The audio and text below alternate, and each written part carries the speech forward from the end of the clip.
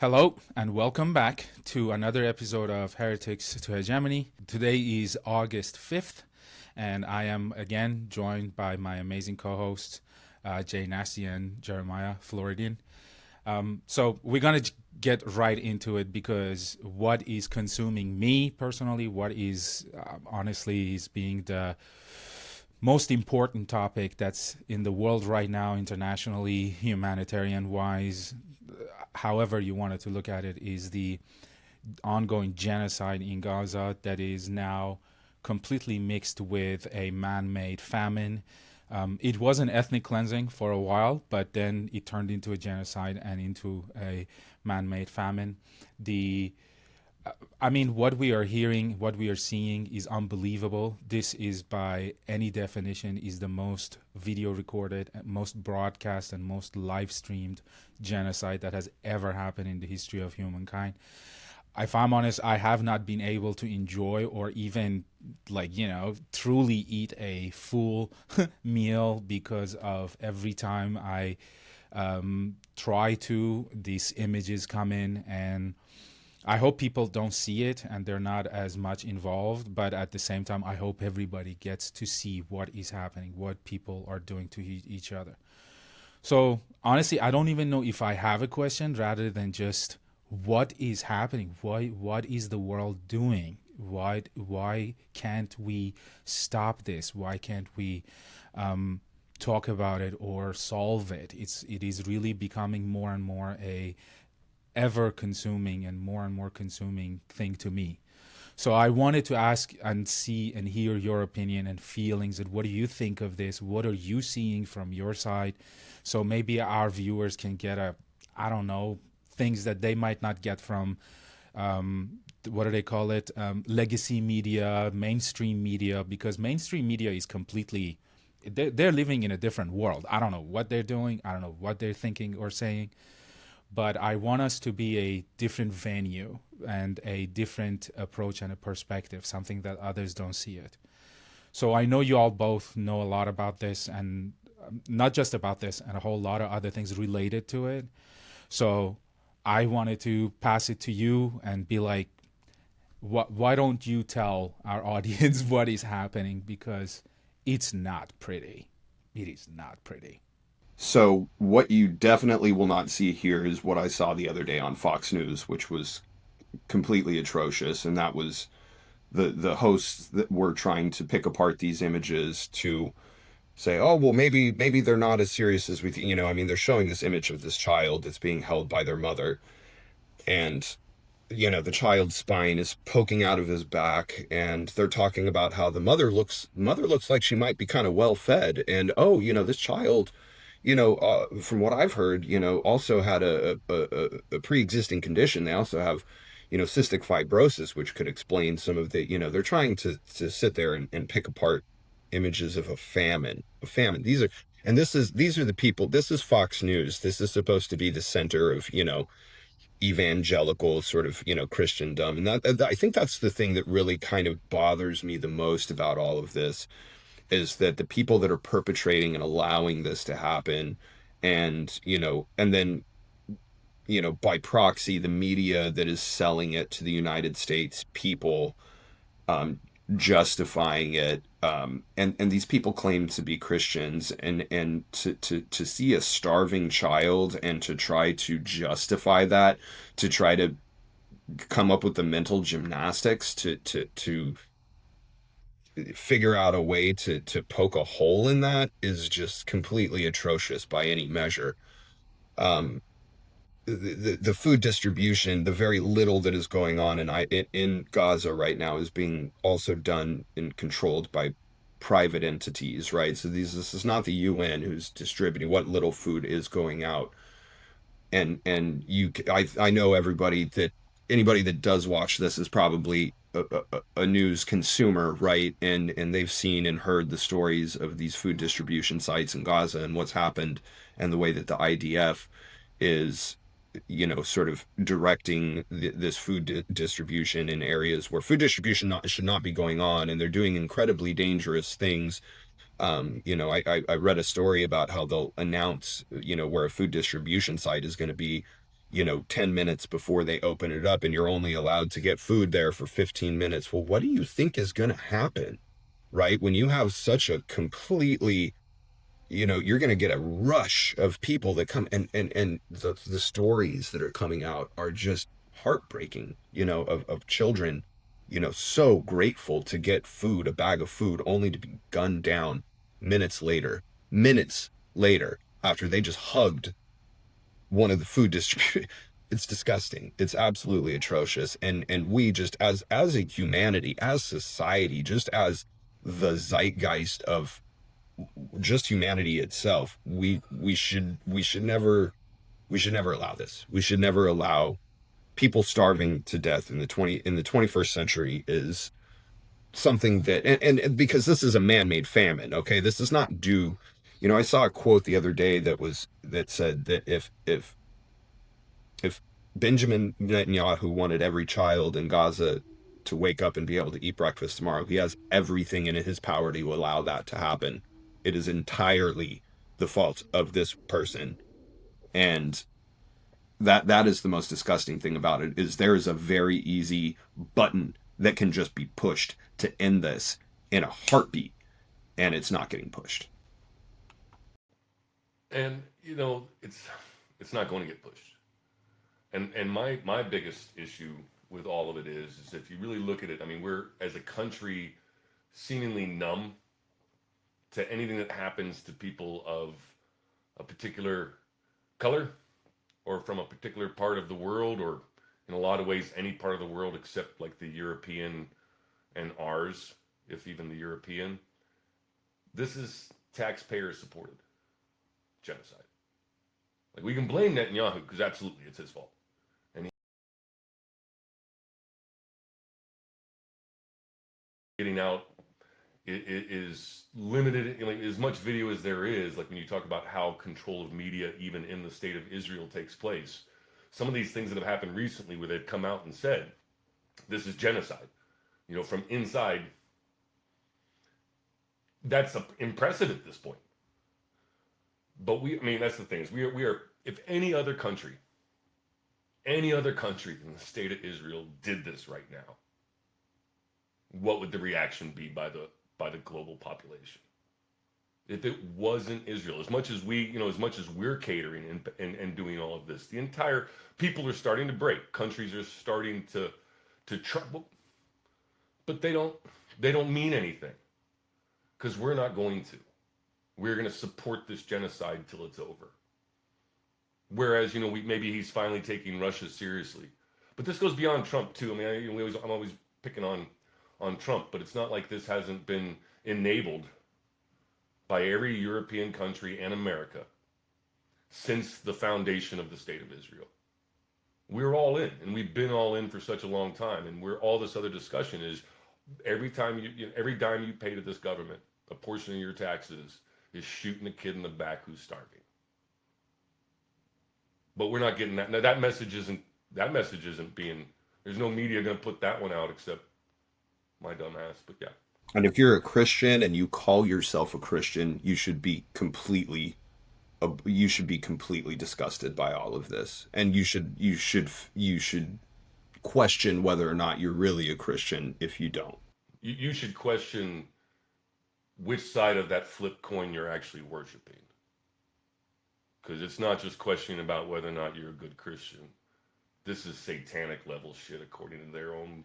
I mean, if you think about, like, I was raised in that church. This is satanic level shit. This is the Antichrist. This is shooting kids in the back who are starving. I mean, it sounds like hyperbole, but the thing about Americans is no one's ever dropped bombs on our heads before. No one, like since the Civil War and the Revolutionary War, no one's ever even shot at us. This is if there's not enough video footage to really represent what's taking place as far as bombing, and the starvation is just the salt on the wound. I mean, they're hurting them in the places they want them, and then they're shooting them down. And we support this fully. What you said, both of you, is so incredibly important that I'm going to repeat some of it. One, as you heard, the United States is complicit in it. We are financing it. We are arming it internationally. We are supporting it. And I understand Europeans' approach to it, because Europe has and still carries such a big guilt from the way that historically they have treated people of Jewish faith. And this is the part that I make always a parenthesis and a caveat, that Judaism and Zionism are not the same thing. But what happened, for example, in 18th century, 19th century, and 1800s in France when it comes to Dreyfus trials, what happened to all the pogroms that happened in Ukraine, Poland, all the places, and culminated in the evil of Holocaust. Europeans have such a guilt when it comes to this that they are barely finding the courage to come out and say, and listen to what the British Prime Minister says, Keir Starmer. He threatens Israel by declaring Palestine as a country, as a state. Like, he threatens them by giving the people what there is international right, because Palestinians are stateless people. And what you touched on, Nasty, when it comes to these stories, there is what he was talking about, the Green Beret. His name is Tony Aguilar. This guy is not a lefty. This guy is not a hippie. This is a special forces army retired person that has been deployed multiple times. He was wounded, got a Purple Heart. And he comes out and said that what we are doing is crimes against humanity. It is war crimes. We have to stop it. I have heard many times that Israel is the only democracy in the Middle East. And, one of the things that have been always used to describe that is the liberal policies they have. Not liberal as lefty, but freedom of speech and stuff. But ever since, if you talk about the genocide, if you talk the way that Israeli government doesn't want you, they actually prosecute you. They arrest you. So the only democracy in the Middle East is moving towards not being a democracy in the Middle East. Even Cindy McCain, and for those who don't know, Cindy McCain is the widow of John McCain.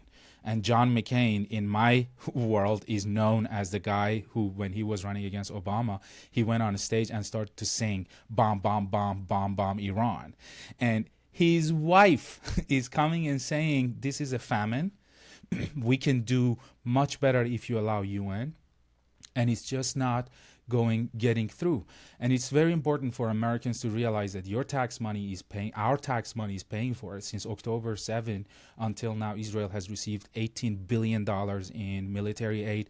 They have received 2,000 2,000-pound bombs, 57,000 artillery shell, 2/3 of jet fuels and ship fuels that it is going into Israel comes from the United States. So it's not something that we can sit out and say, we didn't have anything to do with it.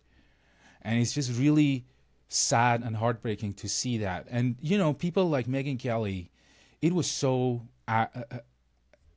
aggravating when she came and said, these are, because I believe she actually used the phrase that the mother, it looks very well fed, and these people are willing to starve their children for cameras, which to me points to a mentality and a perspective that this person has towards not this mother and a child, but that entire population, as Jeremiah said, a very specific compilation that is viewed that way. She said these people, right? That's a very broad, that's not saying this woman, this mother, this one isolated individual is willing to starve her child. She said these people, right? She didn't say Hamas. She did not specify.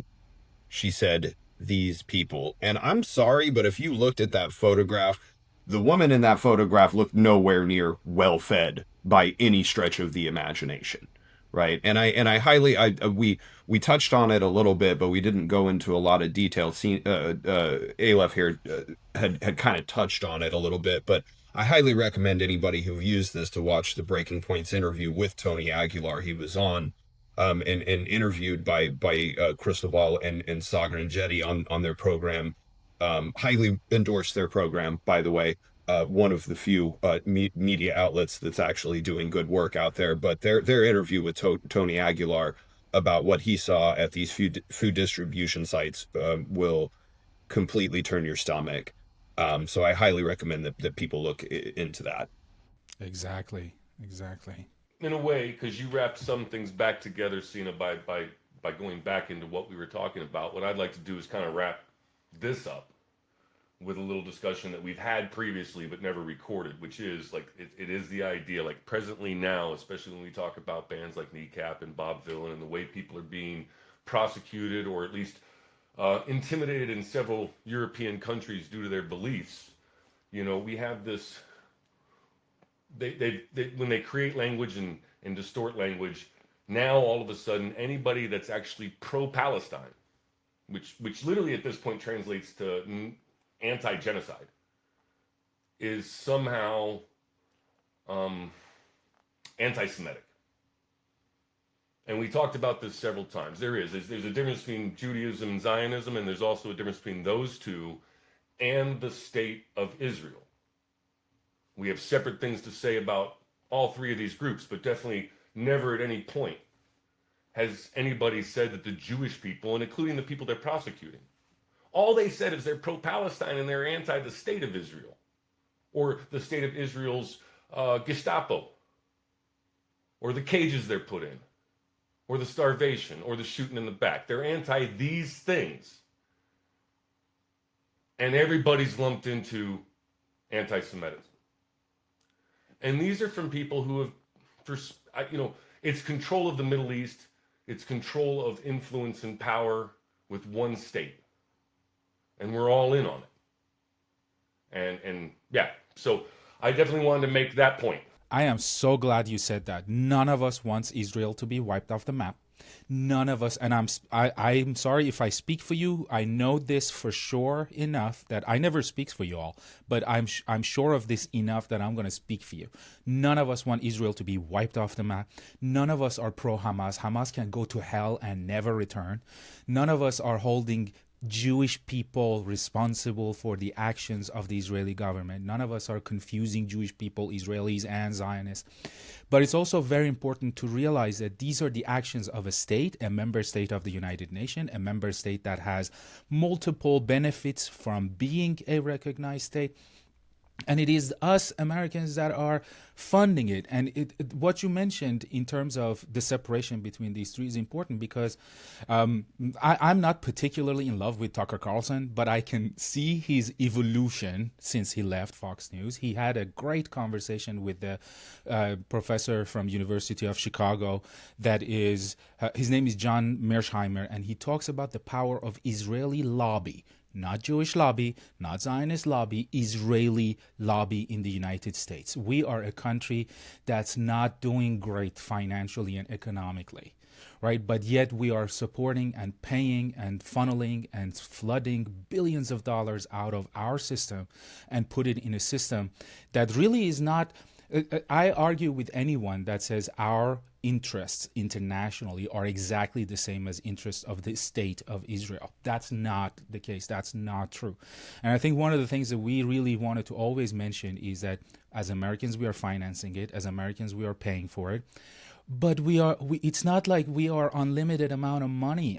Our economy is really, I mean, I'm not going to say it's on the brink, but it's really clearly going that way. And, you know, I don't want it to necessarily spend the entire time on the genocide in Gaza and the man-made famine. But as a country that's economically financing and supporting this, it is really important to talk about that and then talk about how our economy cannot handle this. We are not doing great financially, are we? No, but don't forget about our transition either. Don't forget about our transition. So we got Cena's questions.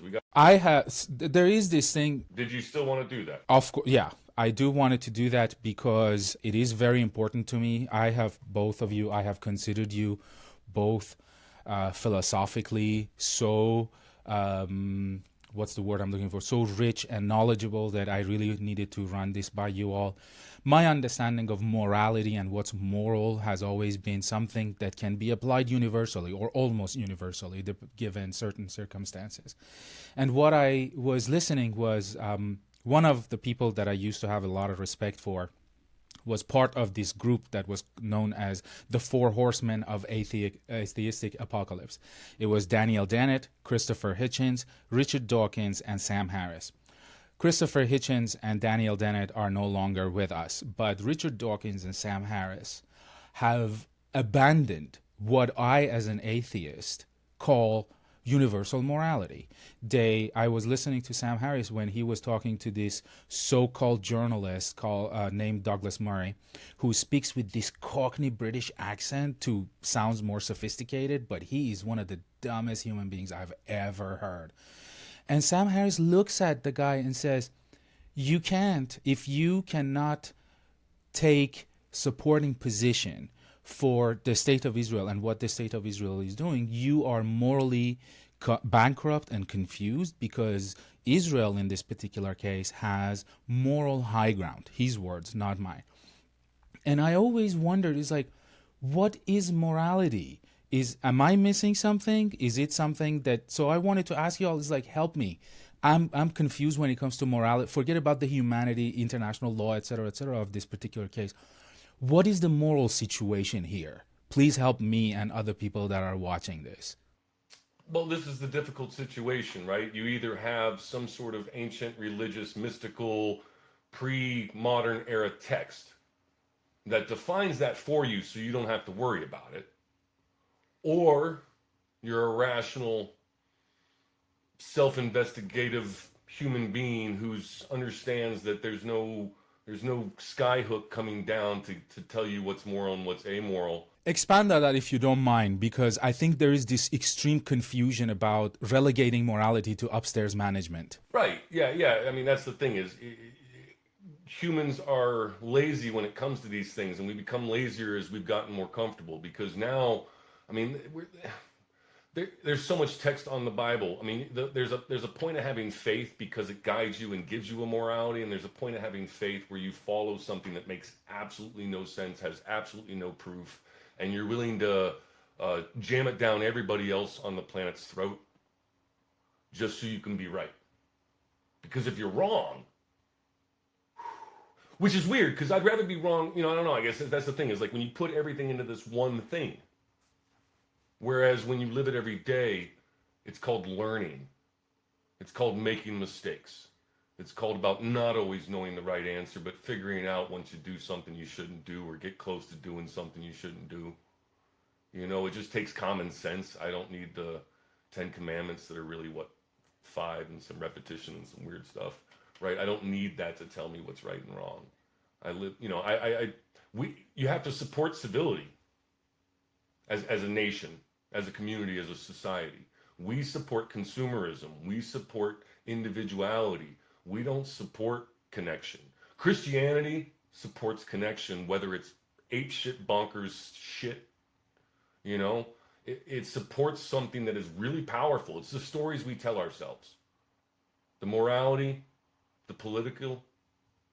I mean, people have been watching Fox News as they've dumbed down politics and made it into opinion and rhetoric and self-serving until that is what's fact. And now real facts, which we can prove, are not facts. Yeah, so it's the stories we tell ourselves. Morality is what you make of it. But I think it really does come down to look at I always said this too, people give all this crap to rap music about being violent and greedy and, gangsta shit.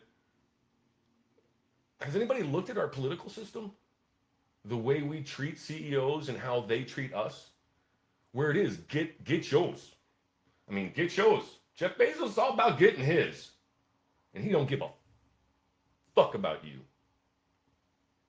Sounds pretty gangsta. That's why people reacted the way they did when Luigi Mangione shot that CEO. I mean, that's when you want to talk about morality, right?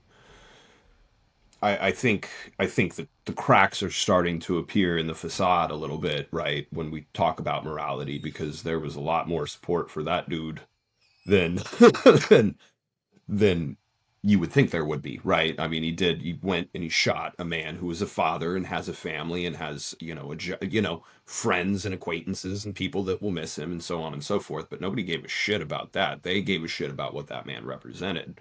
They gave a shit about the millions of Americans who had to sit on a phone and wait for somebody to tell them that their loved one was going to get a death sentence because they're not going to get covered under their insurance, right? So, when we talk about morality, I think, morality it's what we make it, right? It is a very hard sell.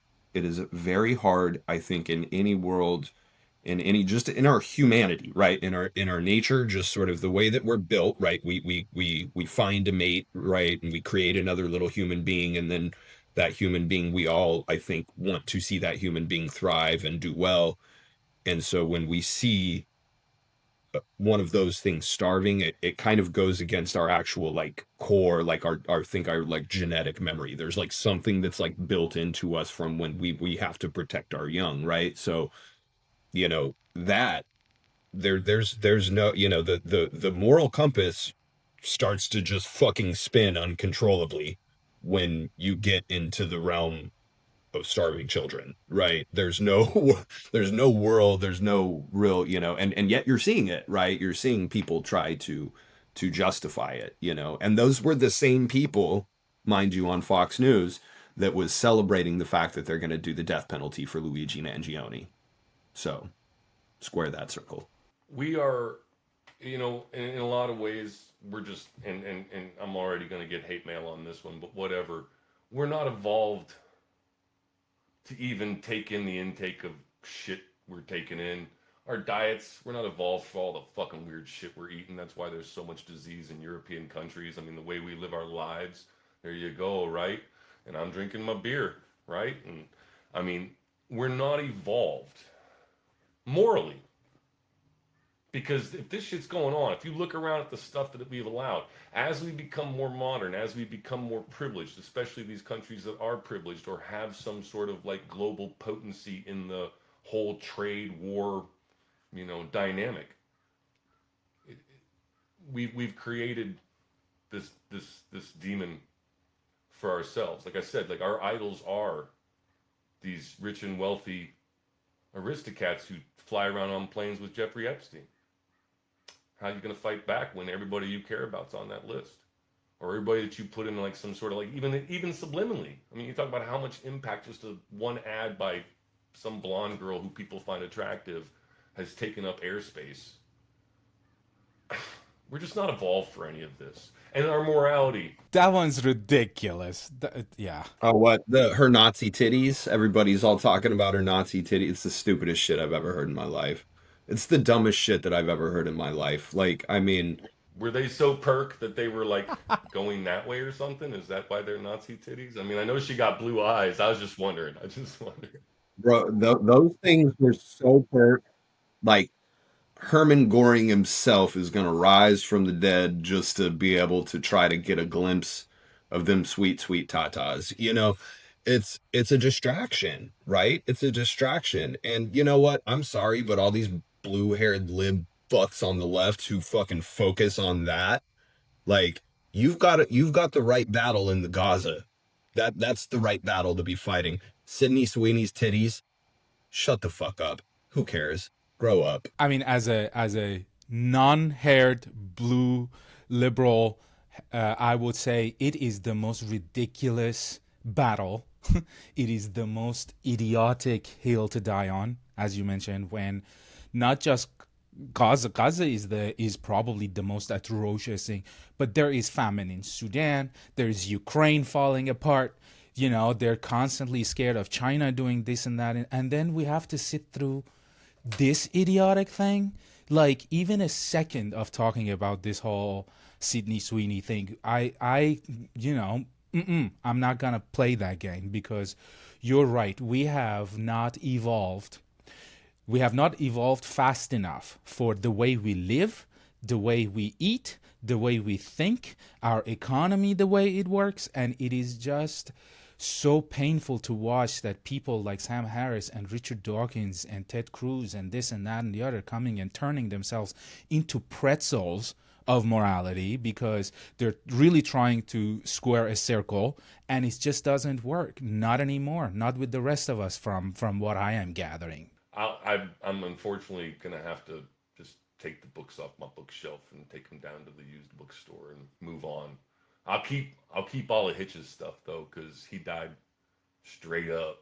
He was cool. Like, I mean, it's hilarious, and we need to go ahead and cut this segment. But like, I love I listen. There's a rap song by Black Star, but even Talib says, no atheists in foxholes, and I differ.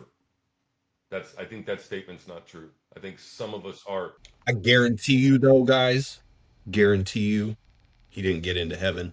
Nope, he is snorting coke and having fun with hookers down in the bottom of hell, which I am looking forward to join him and my boy Satan. If we're wrong, we know where we're going. We've been told, and everybody we care about, and everybody we respect. You didn't get in, bro. Everybody, oh, nasty, nasty, nasty. Don't speak for me. You and Richard Dawkins and that damn Christopher Hitchens can burn in the lake of Let's fire. cut it there. You're killing me.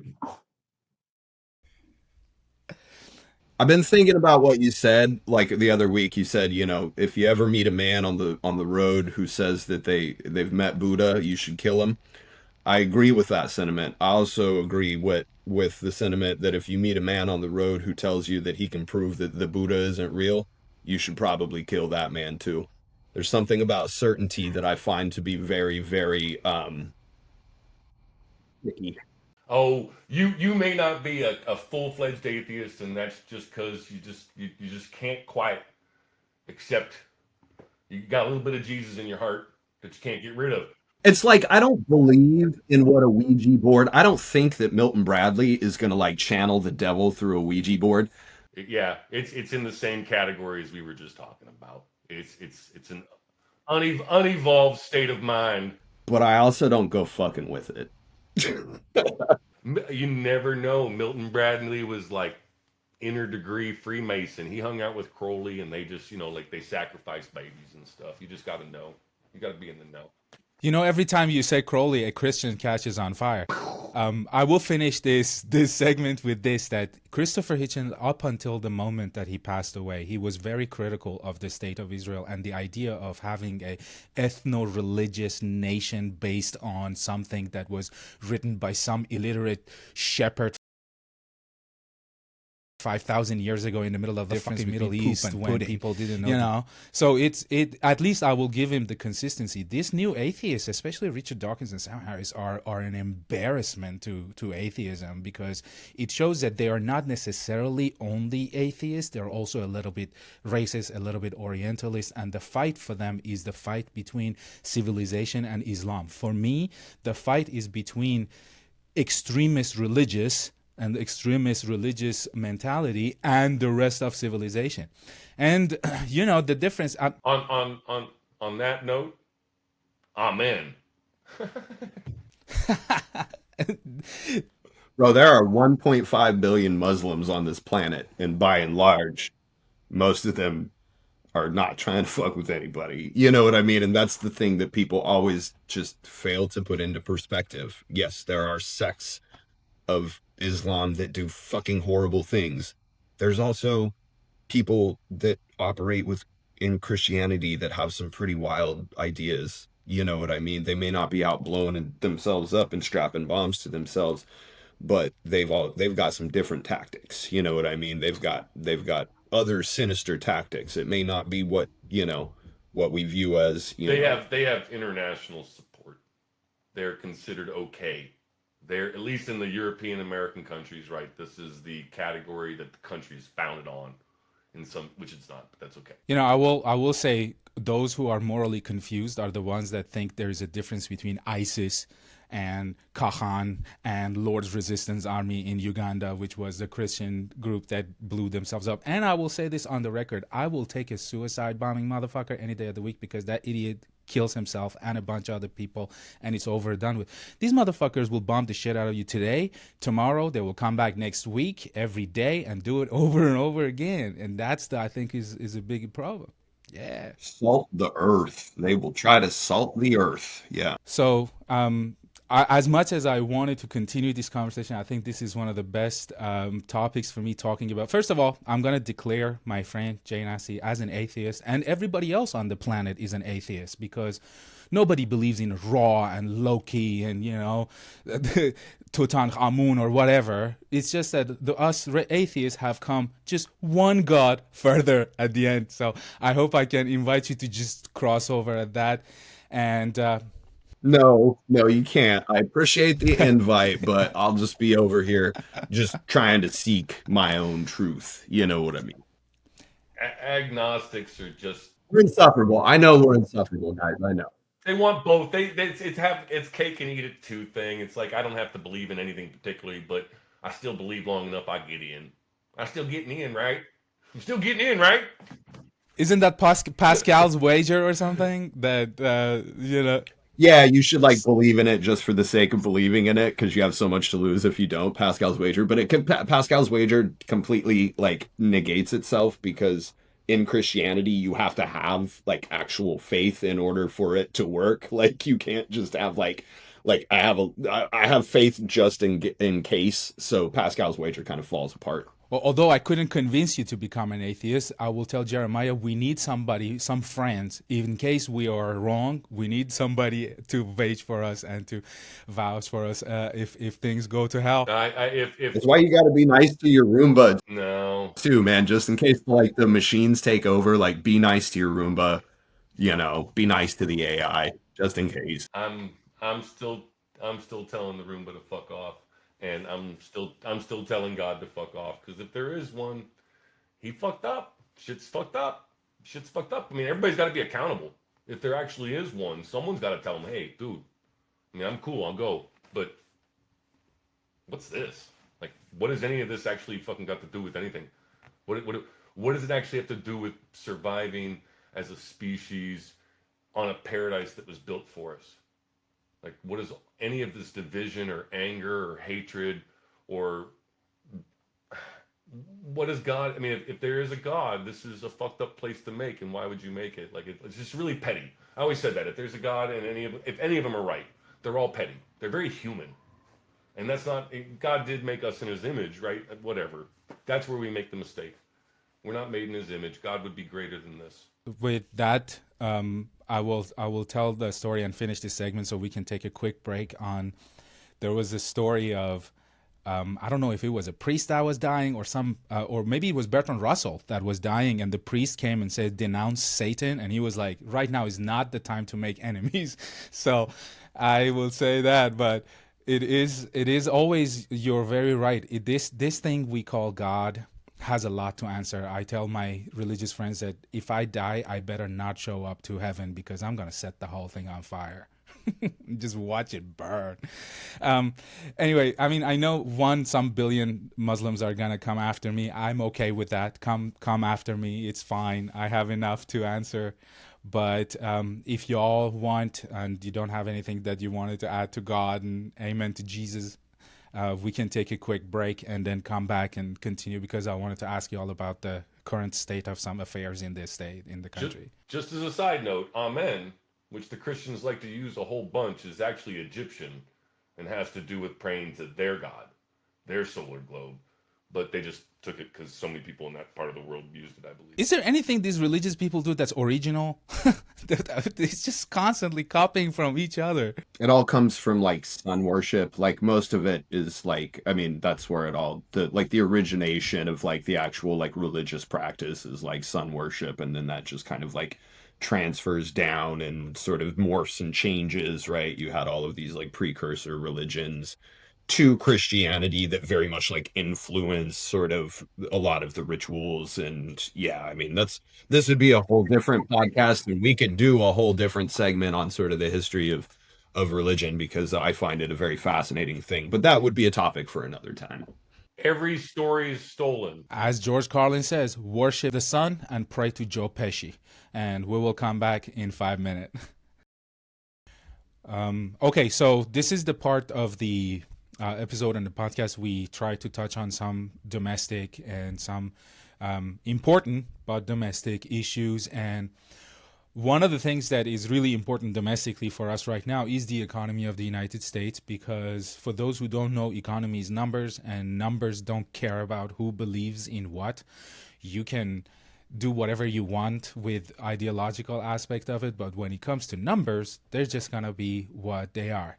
And I wanted to actually give it to you all and pass it to you, because I know our economy is not really doing that great, although in the news and stuff they constantly talk about stock market and how stock market goes up and how stock market goes up, as if it has anything to do with everyday lives of Americans. So that one always for me was very interesting, because in other places that I have traveled to, they gauge the economy with shopping basket and what can families afford to buy, not what Jeff Bezos makes in a year or what Elon Musk makes in a minute. So I know you all wanted to touch on that, so I wanted to hear. I don't have necessarily a question. I wanted to hear what you have when it comes to economy, so our viewers can see where we are in the U.S. and when it comes to the economy.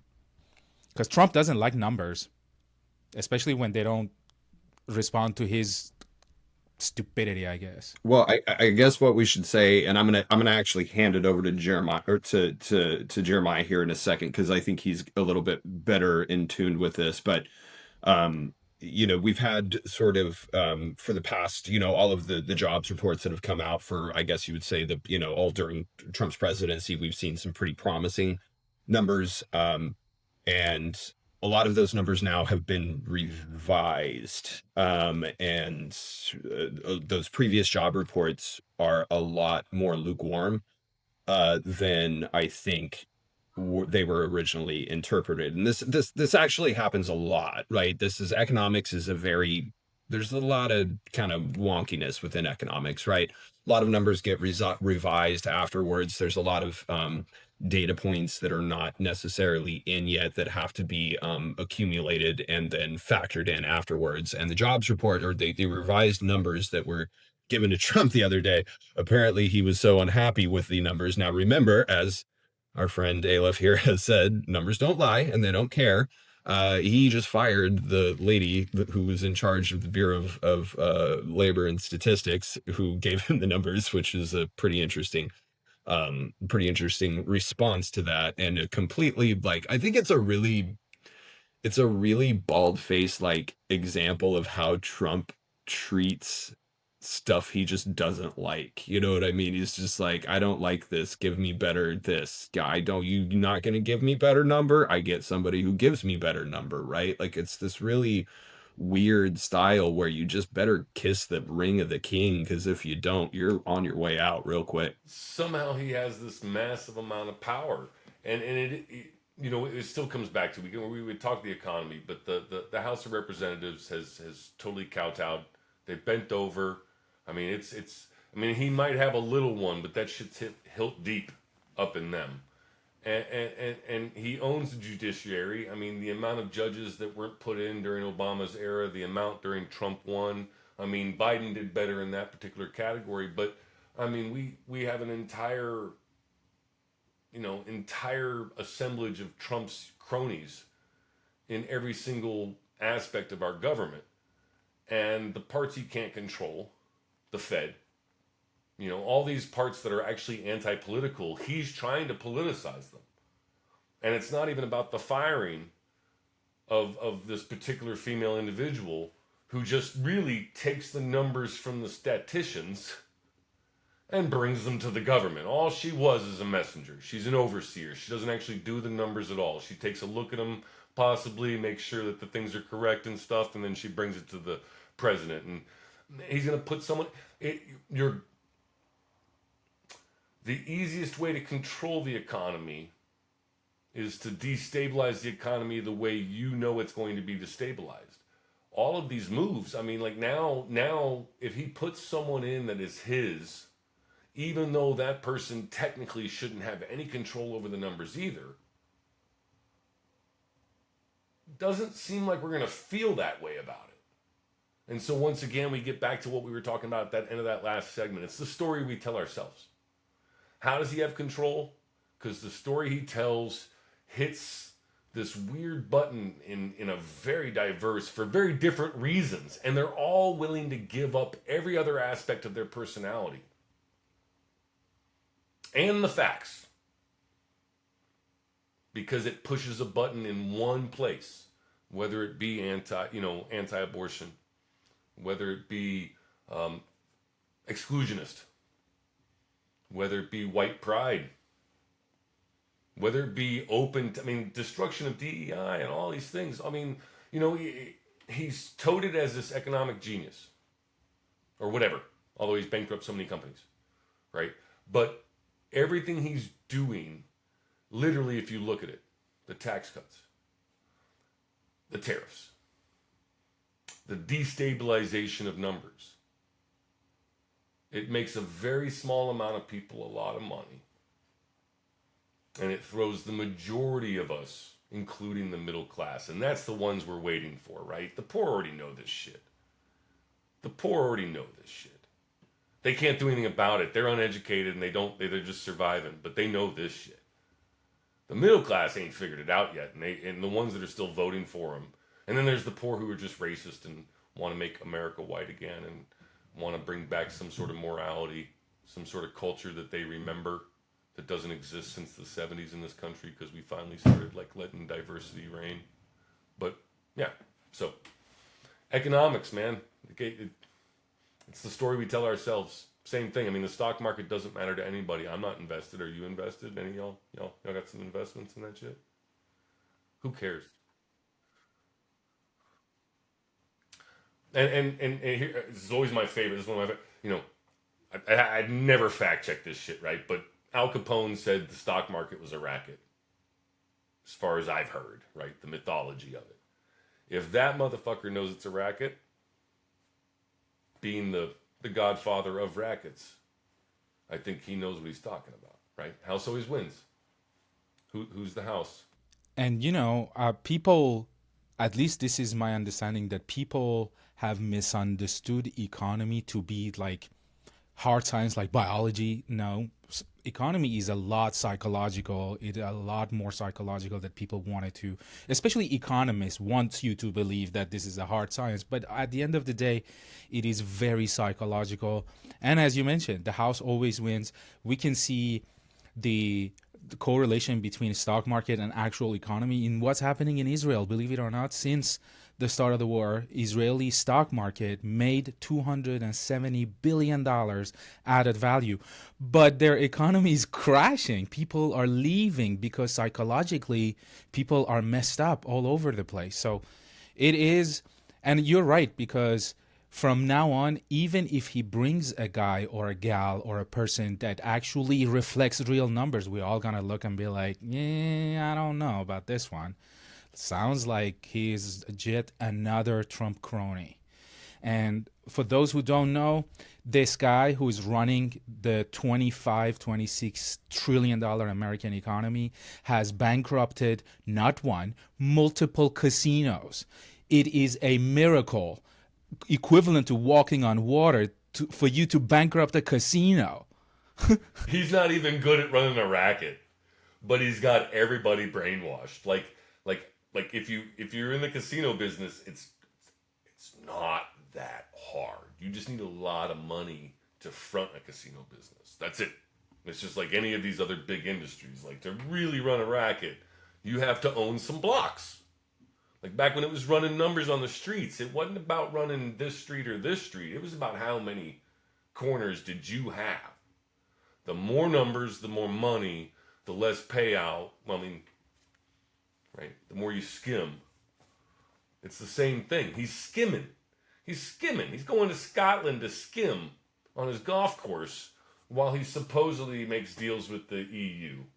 Right? And I just don't get it. All these countries and universities that are kowtowing to him, just like the Republicans, the more people don't fight back. It's like, what have we done? Everybody in this country's put their tail between their legs. Everybody. Where's the marches now?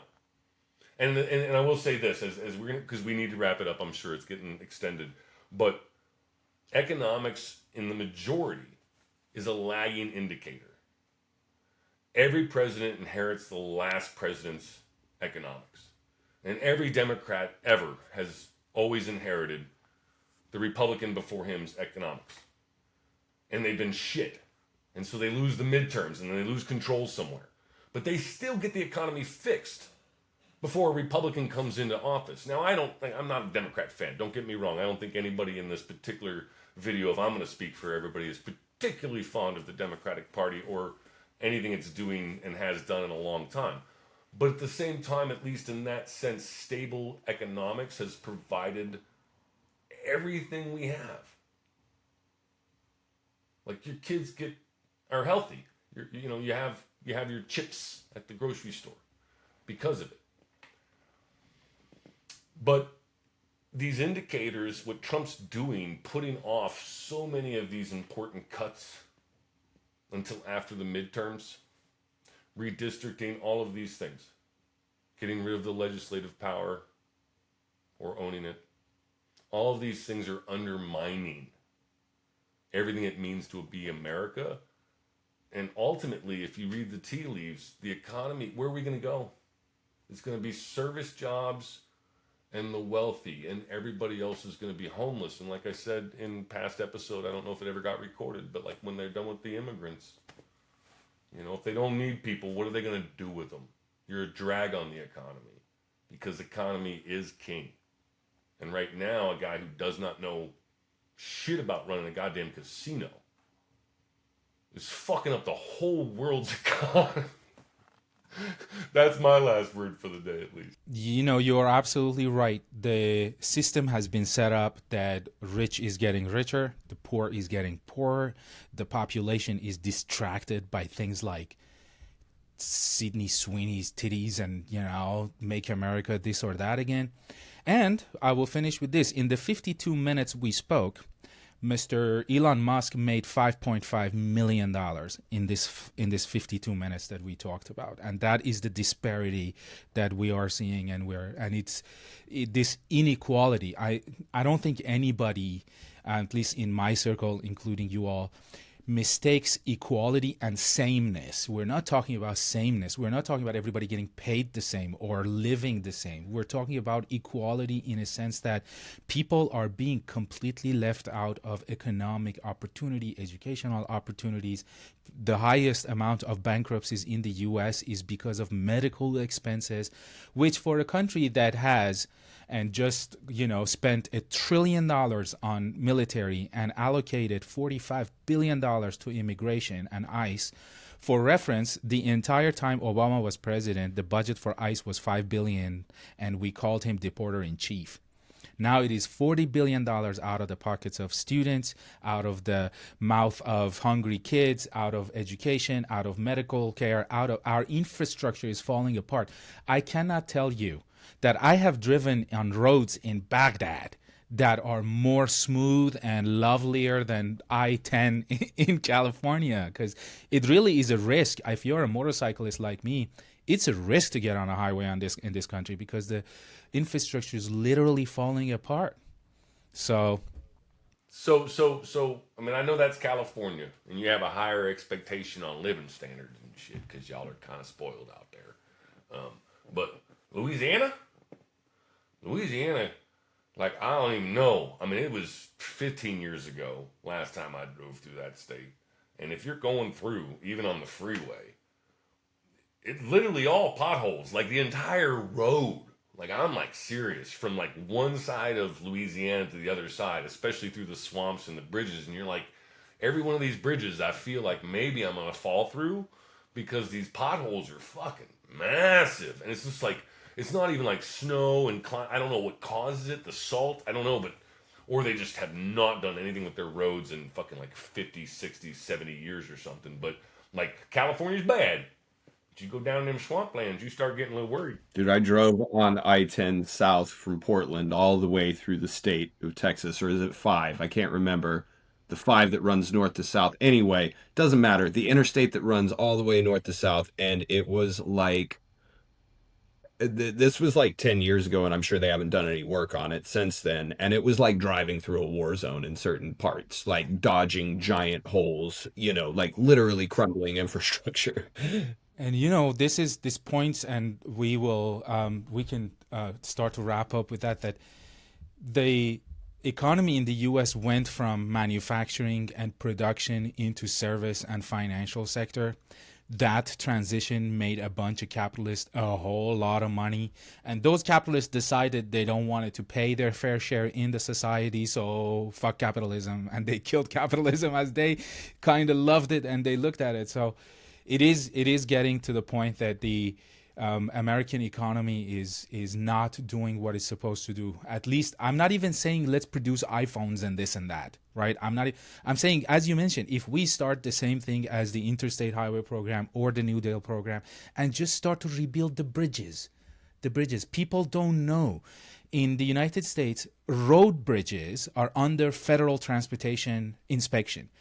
Train bridges are not. They are inspected by the train owners and the railroad owners. And I was listening to NPR about how they're falling apart because a railroad that we have had, those of you who don't know, in the past few years, we have had some train accidents that some of them have been pretty horrendous in terms of releasing chemicals into the nature and completely poisoning their environment.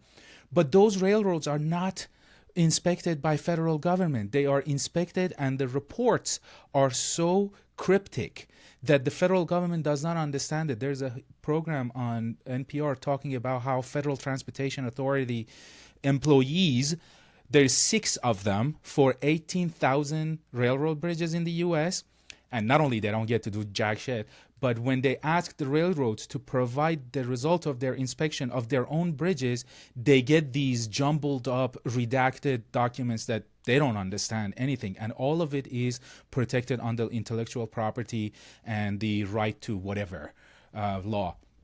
So it's really. So yeah, about that part about the maintaining, right? So you're right. Like a lot of these were built in the New Deal, right? So a lot of this construction was built during the like after the United States economy crashed in the 1920s. The Roosevelt administration launched the New Deal, which had all of these programs, the WPA, all of which we need a return of. That's what we needed. Like right. We do. Like, no, I'm not shitting on these programs. Okay. These are programs that put Americans back to work and are what actually built the infrastructure of America.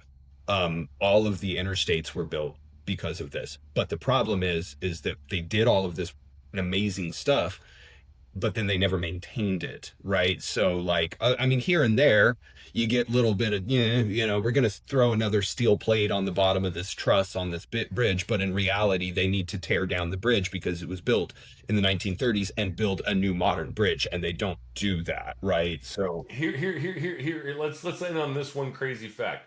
You do the New Deal. You give people jobs. They build freeways and highways and infrastructure. They're able to actually purchase homes because we create, like, the housing thing after World War II. And the economy becomes like we become the world powerhouse we are. So we have a formula. We've just literally. we also had manufacturing at that time, though, because we retooled all the manufacturing from the war effort to American manufacturing, and then we got rid of all of that during the 80s. So And now we're getting rid of all of the middle class because of AI. So all we're doing is pouring napalm on a burning trash fire when it comes to the future of the American economy. So if your kids ain't running the world, they are probably making coffee. They're probably a barista, by I the mean, it's way. funny. I saw it happen in real time. I saw this dude, like, there's like a guy that I follow on Twitter, right? And he was like like starting his own little like Twitter like brand and like getting a little bit of a following, and he's trying to produce hats and shirts. And he's very, very like all going to be made in America. Guys, everything's going to be made in America. It's all going to be made in America. And I saw this like slow process over of, on his Twitter over a few weeks of him realizing that he can't. He's literally locked out.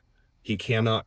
There's like he could figure out a way, but then he would have to charge you like $60 for a hat if you And want to and have by and a hat, by the right? time by the time Trump brings industry back to this country, whether automation gets rid of half of the jobs anyway, or even more, this economy is going to be so crumbled we won't be able to build the infrastructure anyway. I mean, like, that's the whole thing, is like all of these promises he's making, what he's doing is making that absolutely Well, impossible. and we've known this forever, right? Like, I mean, there's an old video from way, way back in the, it's from like the 70s of like an economist he's holding up a pencil and he's talking about how in this pencil, the lead that comes from this pencil or the graphite that comes from this pencil is mined in West Africa. And the tree that the wood is made from comes from here. And the aluminum that is, is mined here and then it's shipped over to here and then it's processed in this refinery. And the rubber that goes into the eraser is sourced in Indonesia and then it's shipped over to here. So, right, everything, right? Like, you cannot have the things that you want in the world without having globalization, right? You cannot, and the more that, and when you start fucking around with tariffs and things like this, you're going to create real problems. You're going to create real problems because we do not have a domestic production base.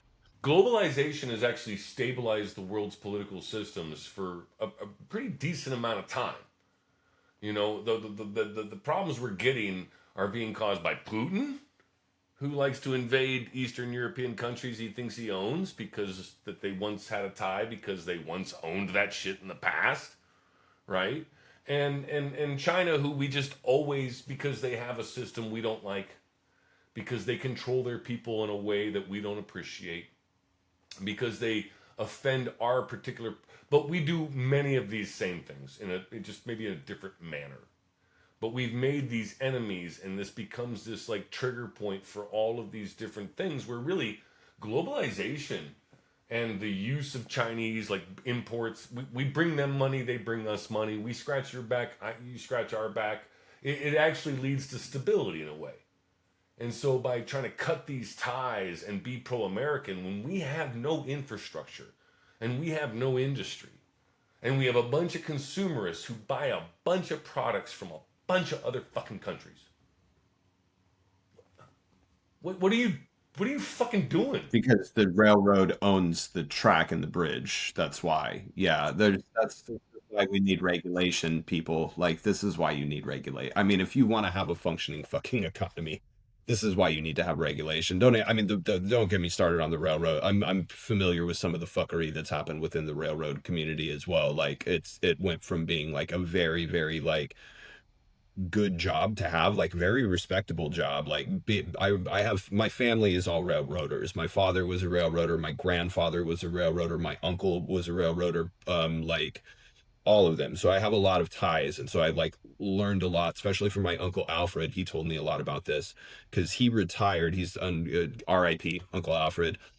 He's now since passed last year. But he was telling, I remember him like saying stuff about like, that um just like the training that had gone into, you know what I mean? It just wasn't the same. The amount of people that they actually like has just drastically gone down because these railroad companies have, like every other company, right? You're always trying to figure out a way to make money and like how to like cut like, but the problem is that you're like dealing with like very, very like dangerous stuff, right? Like when you're dealing with aerospace, when you're dealing with industrial machinery, you cannot cut corners when it comes to safety, right? Like you have to, like that's why Boeing fell apart, right? Because Boeing used to actually be a respectable company and then it merged with was it, I can't remember who took it over.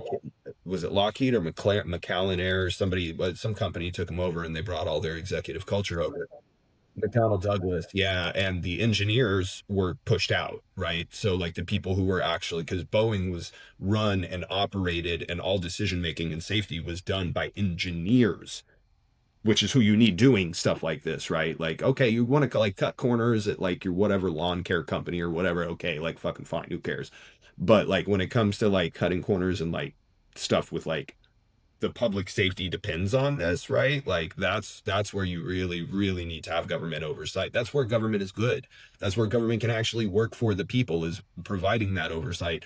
I'm happy to have like an FDA, right? Like that makes sure that my fucking like food and water is not going to like 100% kill me. They're not great, right? But it's better than nothing, right? I like having an NTSB that can investigate when airplane crashes happen, right? And why things went wrong. And these are all socialistic programs. Be very, very specific about that, right? We are in a democracy and we are in a capitalistic society, but these are socialistic program. Oh, look. Oh, look. Nasty, nasty, nasty. Oh no, I'm all about this. I'm all about for socialism that works for the safety of people, for the safety of people. I know you a pro-capitalist and stuff. I just wondered. You said social. You said socialism. I was like, hold on. We gonna make this an extended. This is an extended episode because Nasty just said he was pro-socialistic programs. I'm just like a little excited about this shit. You know? I'm like, oh, come on. Oh Jesus Christ, man. You're worse than the media taking one fucking you take one sound bite and you're like, look, he's But I think what we are talking about is I don't think I don't consider myself a complete and 100% socialist. I think I will fall into social democracy kind of deal. Certain programs should not be run by capitalists, But that's right? right. Okay.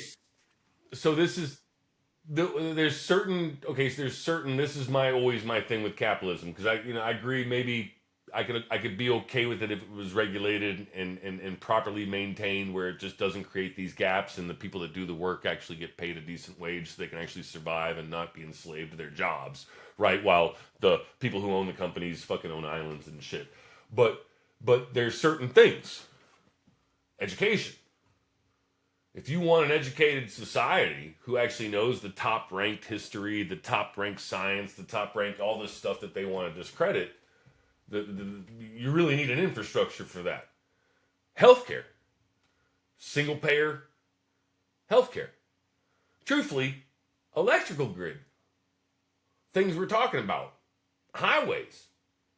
There's a lot of categories in this thing that we have slowly and surely gotten rid of that are a detriment to our society.